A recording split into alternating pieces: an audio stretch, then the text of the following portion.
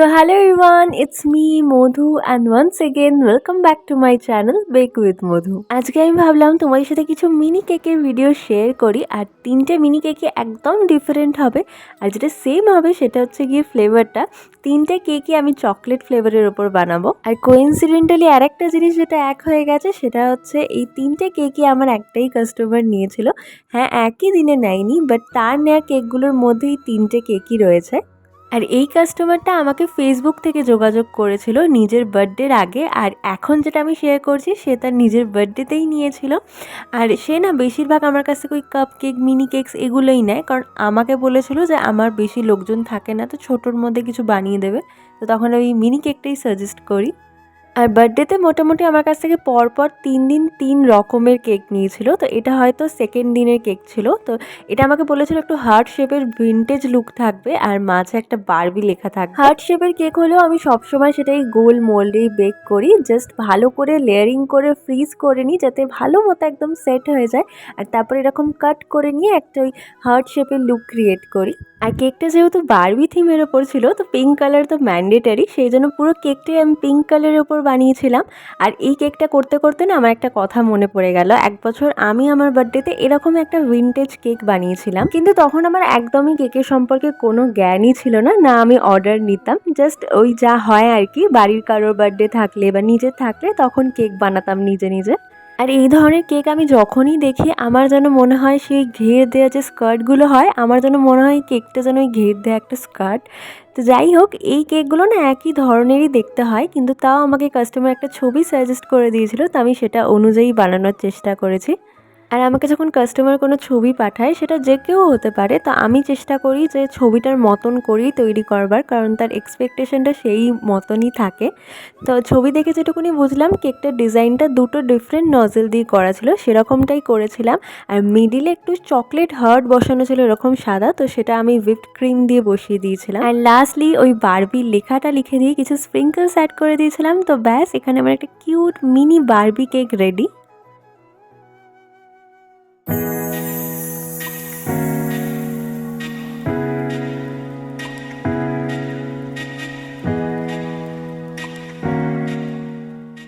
তো নেক্সট যে কেকটা বানাচ্ছি সেটা একটা চকলেট কেক, বলতে গেলে একদম লোডেড চকলেট কেক, কারণ কেকটা তো চকলেট ছিলই, সাথে উপর থেকে বেশ কিছু চকলেটসও বসিয়েছিলাম।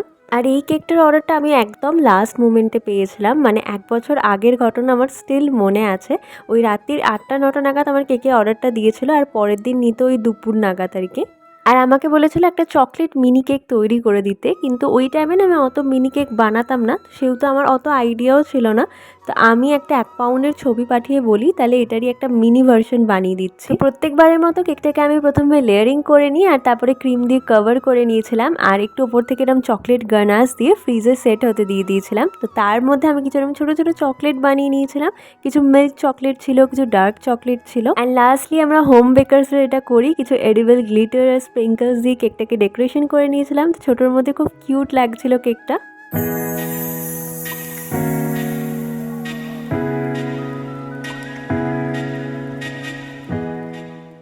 তো এইবার লাস্টে যে কেকটা শেয়ার করছি সেটা ছিল একটা থিম কেক, যে থিমটা এখন খুবই চল উঠেছে, বাট আমার এই সম্বন্ধে একটা ছিটে ফোটাও জ্ঞান ছিল না। তো এই কেকটা আমার কাছ থেকে নিয়েছিল ফেব্রুয়ারি নাগাদ। তো এই নিয়ে কেকটা আমাকে পরপর 2 দিন অর্ডার করেছিল, তার কারণ কেকটা আমি যখন প্রথমবার বানাচ্ছিলাম আমি জাস্ট বেসটা রেডি করেছিলাম, আমাকে ফোন করে বললো যে এই কেকটা করো না, এই কেকটা ক্যান্সেল করে দাও, আমাকে একটা অন্য কেক তৈরি করে দাও, কারণ যাকে দিত এই কেকটা তার সাথে তার ঝামেলা হয়ে গেছে। তো আমি অন্য কেক তো রেডি করে দিয়ে দিয়েছিলাম টাইমে, কিন্তু আমাকে সেই দিনই আবার ফোন করে বলে যে যেটা আমি ক্যান্সেল করলাম সেটা আমাকে বানিয়ে দাও, আবার পরের দিনই চাই। তো এরকম হলে না একটু প্রবলেম হয়ে যায়, কারণ এটা একটু থিম কেক ছিল, তো সেটার জন্য কিছু টপারের অ্যারেঞ্জমেন্ট করতে হতো আমাকে, আর সব সময় না সব ধরনের টপার কিনতে পাওয়া যায় না, তো সেটার জন্য আমাকে প্রিন্ট আউট করে নিজের হাতে টপারটা বানাতে হয়। তো যাই হোক, কিছু কিছু কাস্টমার এমন থাকে যে তাদের ডিমান্ড রাখতেই হয়। তো কেকটা ছিল একটা গোকু থিমের ওপর, তো আমার যেহেতু অত জ্ঞান ছিল না, আমি একটু নেটে সার্চ সার্চ করি আর দেখি পুরো যে কটা কেকই আছে সেগুলো অরেঞ্জ আর ব্লু এর মধ্যে ছিল। তো আমি কিছুটা দেখেই কেকটা বানিয়েছিলাম। আর কেকের ইনসাইড ফ্লেভারটাতে ছিল চকলেট, যেমনটা আমি প্রথমেই বললাম। আর বাইরেটা পুরোটাই কভার করেছিলাম অরেঞ্জ দিয়ে, আর ছবিতে দেখছিলাম একটু ব্লু এর টাচ দেওয়া ছিল, তো সেই জন্য বাইরের এই কিছুটা অংশ আর কি আমি একটু ব্লু দিয়ে তারপরে এরকম একটু ডিজাইন করে দিয়েছিলাম, আর তারপরে একটু গ্লিটার অ্যাড করে দিয়েছিলাম।